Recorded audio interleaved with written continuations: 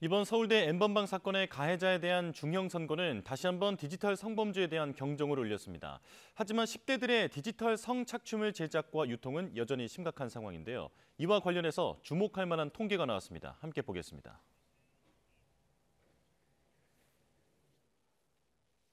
심지어 피해자들은 대다수가 10대 미성년자들로 보였습니다. 가장 어린 그룹은 2011년생으로 지금 나이로 치면 13살에서 14살 중학생 정도인데 이들의 신상이 공유되는 채팅글도 확인할 수 있었습니다. 모바일 메신저 텔레그램을 이용한 성착취 범죄가 기승을 부리던 시기, 당시 저희 뉴스업 제작진이 직접 실태를 확인해 봤는데요. 피해자 상당수가 10대 청소년이라는 점을 확인했다고 전해드렸습니다. 최근 이를 뒷받침하는 자료가 공개됐는데요. 여성가족부가 최근 국회에 제출한 디지털 성범죄 미성년 피해자 관련 자료입니다.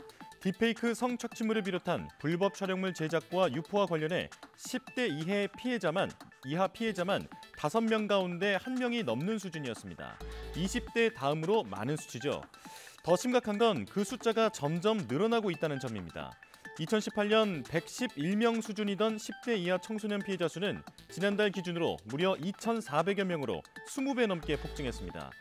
같은 기간 전체 디지털 성범죄 피해자가 6.9배 증가한 것과 비교했을 때 증가세가 가파른 점이 눈에 띕니다. 딥페이크 제작물 피해 사건으로 좀 더 좁혀보면 심각성이 더욱 두드러집니다.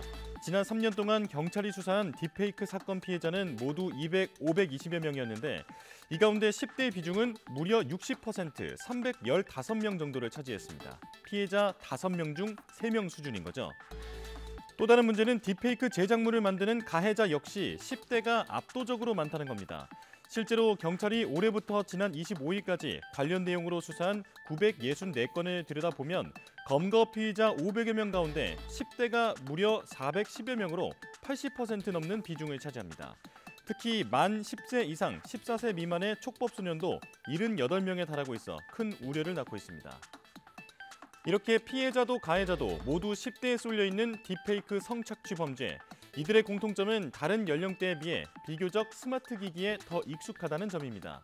놀이기구로 주어졌을 기기가 범죄 수단이 되어버린 상황. 전문가들은 이런 분위기가 일종의 문화가 되어가고 있다며 적극적인 대처를 주문했습니다. 실제로 가해자도 미성년자가 압도적인 대다수입니다.